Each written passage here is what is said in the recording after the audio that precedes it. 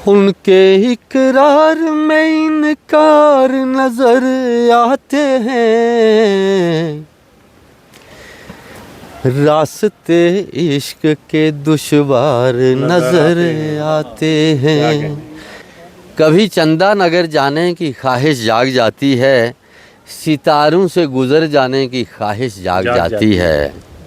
कभी मांगूं दुआ मिल जाए उम्रे जाविदा मुझको, कभी लम्हों में मर जाने की ख्वाहिश जाग जाती है। तुरन कोट में एक बाइलिंगुअल मुशायरे का इनेकाद किया गया, जिसमें गोजरी, पहाड़ी, उर्दू और पंजाबी के शोरा मौजूद थे। बाहर से कोई नहीं आया था। पंजाबी की शायरी करने वाले भी राजौरी पुंछ के, और गुज्जर, पहाड़ी और उर्दू शायर भी राजौरी पुंछ से। परवेज़ मलिक धरालवी साहब जहाँ जिस स्टेज पर पहुँचते हैं, जिस मुशायरे में जाते हैं, इनकी शायरी और इनकी आवाज़ एक जादू बखेरती है उस पूरे प्रोग्राम में, पूरे ऑडिटोरियम में। आज इत्तफाक से हमारी खुशकिस्मती कि हमसे मुलाकात हुई और हमने इस मौके को गनीमत जाना कि परवेज़ साहब से कुछ सुनेंगे भी, कुछ बात भी करेंगे। परवेज़ साहब, ये बताइएगा, ये जो शायरी है, ये कुछ है, मतलब कुछ काम की चीज़ है?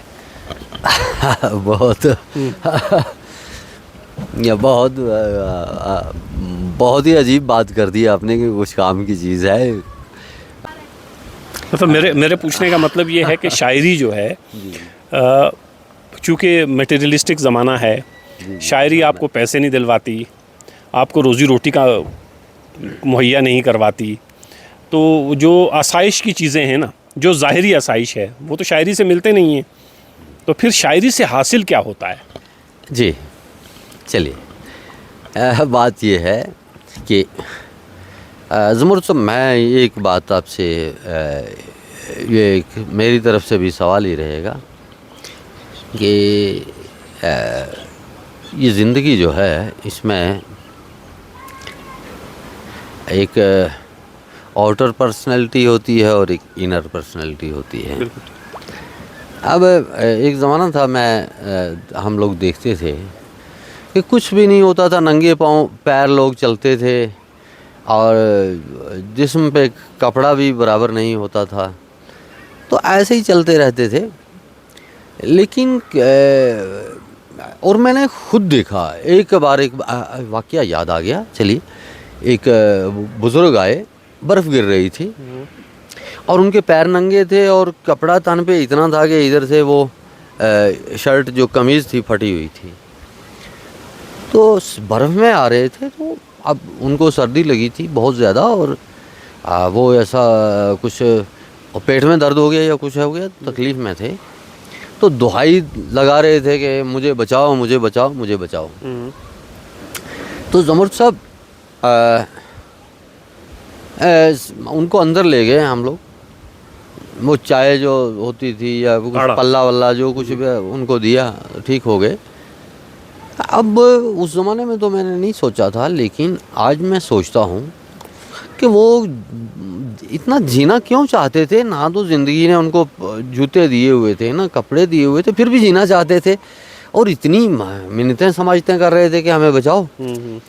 आज तो मैं देखता हूँ कि एसी रूम में बैठा हुआ एक नौजवान बच्चा बड़ी अच्छी आसाइश में होता है, और उसके बाद मैंने बहुत बार सुना है कि वो अपनी नस काट देता है और ख़ुदकुशी कर लेता है। क्या ये, क्या यही ज़िंदगी है?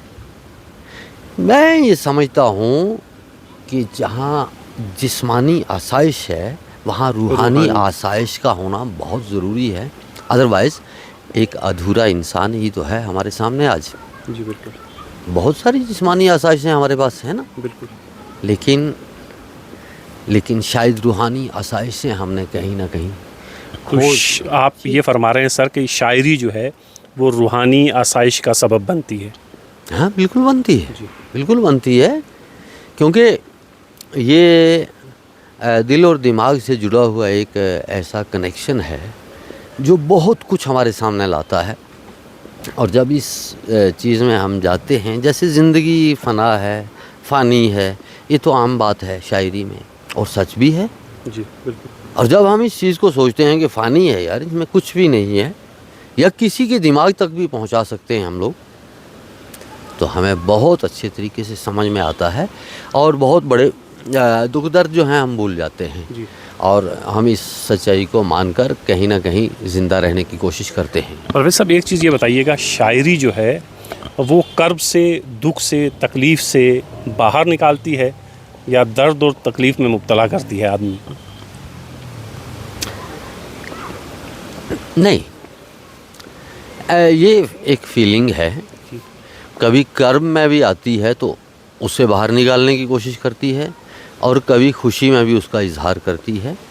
हर ज़िंदगी के हर रंग में ये हमें एक अलग रास्ता दिखाती है और इससे हम एंजॉय करते हैं, लोग भी सुनते हैं। क्यों सुनते हैं? देखिए, फितरत का एक असूल है कि ये जो चीज़ ये पेड़ हिल रहे हैं, इनसे एक आवाज़ आ रही है जी। ये भी जो शायरी है। परिंदे गा रहे हैं, परिंदे जो रात को गा रहे हैं, दिन को गा रहे हैं, ये भी ये फितरत से बहुत जुड़ी हुई चीज़ है। जी। और देखिए, एक बात मैंने किसी से सुनी है, पता नहीं सच है नहीं है, पता नहीं, मुझे कोई गलत ठहरा देगा। किसी ने कहा कि ये मीट खाने में, मीट खाओ उसमें विटामिन B12 है, और किसी ने कहा नहीं भैया, ये विटामिन B12 उसमें मीट में नहीं है बल्कि मिट्टी में है। और मिट्टी से जब हम एक ज़माने में वो आड़ू वगैरह या कुछ खाते थे मिट्टी से उठा करके, तो हमें वो विटामिन B12 मिलता था। तो देखिए, हम नेचर से कितने जुड़े हुए हैं। जी। और यूनानी फ़िलासफ़र्स को भी आप देखिए, नेचुरलिज़म, और नेचुरलिज़म पर कितना काम, अगर हम आज कपड़े नहीं पहन रहे होते, ये सारी चीज़ें नहीं होती, तो शायद हम इतने, ये कोरोना वायरस जैसा जो यहाँ आया, उससे हम इतने मुतासिर नहीं होते, हम उसे लड़ सकते थे। परवेज़ साहब, ये इंटरव्यू करते हुए ना, ये बहुत सारे हमारे दोस्त हैं, ये यहाँ इकट्ठा हो गए हैं। आप मुशायरे में ताख़ीर से पहुँचे, तो आपको उस तरह मतलब आप भी उस तरह सुना नहीं पाए जैसे सुनाना चाहिए था। तो अब ये हमारे दोस्त अहबाब हैं, तो इनकी नज़र कुछ करेंगे, चूँकि ये रिकॉर्ड हो रहा है तो बाद में हज़ारों लोग सुनेंगे इसको। जी, एक गज़ल सुना देता हूँ। ताज़गी चेहरों की जुल्फ़ों की दराज़ी देख ली, जी। ताज़गी चेहरों की जुल्फ़ों की दराज़ी देख ली, हुस्न जाना हमने तेरी कारसाजी देख ली। क्या कहना, वाह। और चुपके उठ के जाना बाम पर पिछले पहर, चुपके उठ के जाना बाम पर पिछले पहर, चांद से आंखें लड़ाकर इश्कबाजी देख ली। क्या कहना, वाह। और अब इजाज़त बख्श तय करना है अगला रास्ता, अब इजाज़त बख्श तय करना है अगला रास्ता, ज़िंदगी तेरी बड़ी मेहमान नवाजी देख ली। क्या कहना। और मिट गए कारून भी, फ़रौन भी, परवेज़ सब, मेरे मौला तेरी शान इम्तियाज़ी देख ली। चलिए, एक और गज़ल के दो चार इशारे। तरन्नुम में फरमाइश है सर इनकी। चलिए, एक तहतुल लफ्ज़ सुन लीजिए, फिर तरन्नुम में सुन। कभी चंदा नगर जाने की ख्वाहिश जाग जाती है, हाँ। क्या कभी कहना, वाह।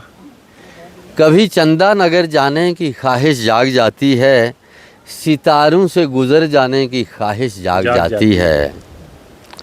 कभी मांगूं दुआ मिल जाए उम्रे जाविदा मुझको, कभी मांगूं दुआ मिल जाए उम्रे जाविदा मुझको, कभी लम्हों में मर जाने की ख्वाहिश जाग जाती है। वाह वाह।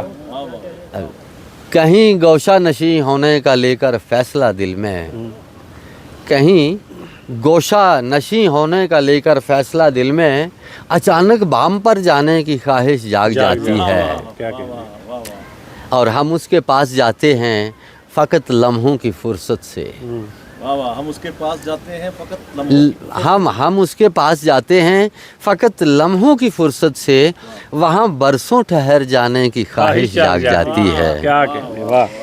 इधर परवेज़ चुन चुन कर मैं खुद को जोड़ता भी हूँ, इधर परवेज़ चुन चुन कर मैं खुद को जोड़ता भी हूँ, उधर पल में बिखर जाने की ख्वाहिश जाग जाती है। क्या कहने, वाह। एक तरन्नुम में सुना दें। उनके इकरार में इनकार नजर आते हैं, उनके इकरार में इनकार नजर आते हैं, रास्ते इश्क के दुश्वार नजर आते हैं, रास्ते इश्क के दुश्वार नजर आते हैं। आज यूं टूट गया शौक ज़ियारत का सुकून, आज यूं टूट गया शौक ज़ियारत का सुकून, आज यूं टूट गया शौक ज़ियारत का सुकून, हौसले रेत की दीवार नजर आते हैं, हौसले रेत की दीवार नजर आते हैं। और शेर देखिए, हम दरे गैर से उकताए कबाहत क्या है, हम दरे गैर से उकताए कबाहत क्या है, हम दरे गैर से उकताए कबात क्या है, लोग अपनों से भी बेजार नजर आते हैं, लोग अपनों से भी बेजार नजर आते हैं।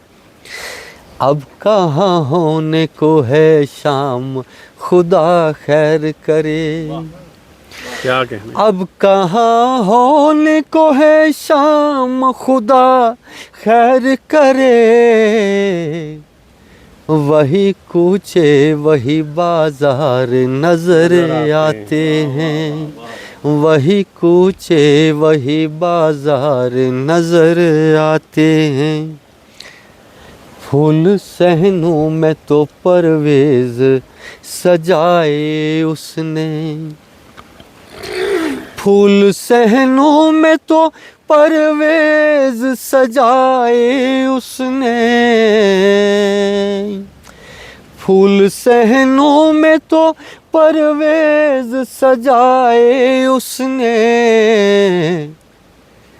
रास्ते शहर के पुरखार नजर आते हैं, रास्ते शहर के पुरखार नजर आते हैं, उनके इकरार में इनकार नजर आते हैं।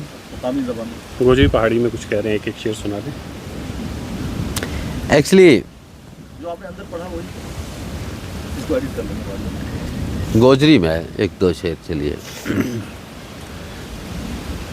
अथरू नहीं दिला मेरा अरमान टूर गया, अथरू नहीं दिला मेरा अरमान टूर गया, बेआस हो गए लाडला मजमान टूर गया, क्या कहना, वाह, अखां के दर अडीक का पखनों भी उन नहीं, अखां के दर अडीक का पखनों भी उन नहीं, बुआ खुला खुला रहा दरबान टुर गया, क्या कहना, बुआ खुला खुला रहा दरबान टुर गया, फुल्लां की डालियां ऊपर पुराना देख गए, फुल्लां की डालियां ऊपर पुराना देख के, किंगा तेरा ध्यान मेरी जान टुर गया, क्या कहना, किंगा तेरा ध्यान मेरी जान टुर गया, परवेज़ बस सवेर रही ढूंढती निशान, परवेज़ बस सवेर रही ढूंढती निशान, चन्ना की लोमा रात का तूफान टुर गया, क्या कहना, चन्ना की लोमा रात का तूफान टुर गया।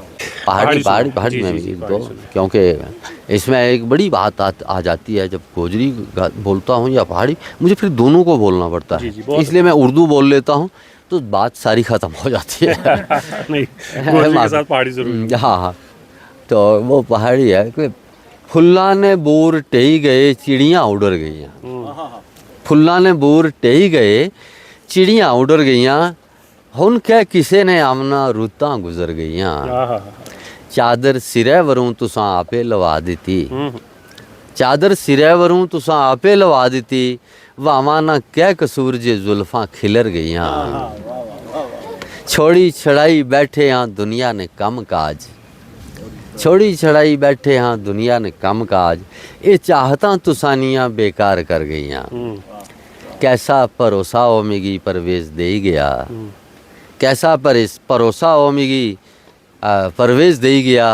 घड़ियां ने इंतज़ार सन सदियां गुजर गईयां। क्या वाह। घड़ियां ने इंतज़ार सन सदियां गुजर गईयां। ये हमारे बड़े भाई परवेज़ मलिक साहब, जो इब्तदा में मैंने आपकी खिदमत में एक सवाल रखा था, वो सवाल रखने का मकसद सिर्फ़ ये था कि शायरी परवेज़ मलिक साहब की ज़बान से निकल रही थी और वाह असद नुमानी की ज़बान से निकल रही थी। ये शायरी है। अगर मुझसे कोई शायरी का मतलब और मानी समझे, मैं तो यही कहूँगा कि जो हज़ारों सालों की मसाफ़त है उसको पल में समेट लाने का नाम शायरी है। और जो शायर अपने दुख अपने दर्द बयान करता है वो आप बीती तो ज़रूर होते हैं, लेकिन जो सुनता है उसे लगता है कि ये मेरा बयान है। गोया शायर आप बीती के बहाने जग बीती का इजहार करता है। परवेज़ साहब, आपने हमें टाइम दिया, ये आपका एहसान है हमारे ऊपर, और अल्लाह आपको सलामत रखे। और इसी तरह ये शायरी का गुलदस्ता और ये शायरी का बागीचा, ये बाग ऐसे ही खिला रहे। बहुत शुक्रिया आपने टाइम दिया सर। बहुत शुक्रिया आपका, बहुत नवाजिश। आपने हौसला अफजाई की, हमें इस काबिल समझा, आपने इतने सारे लोगों के सामने लाने के लिए। तो मैं समझता हूँ आपका बहुत शुक्रिया। बहुत शुक्रिया।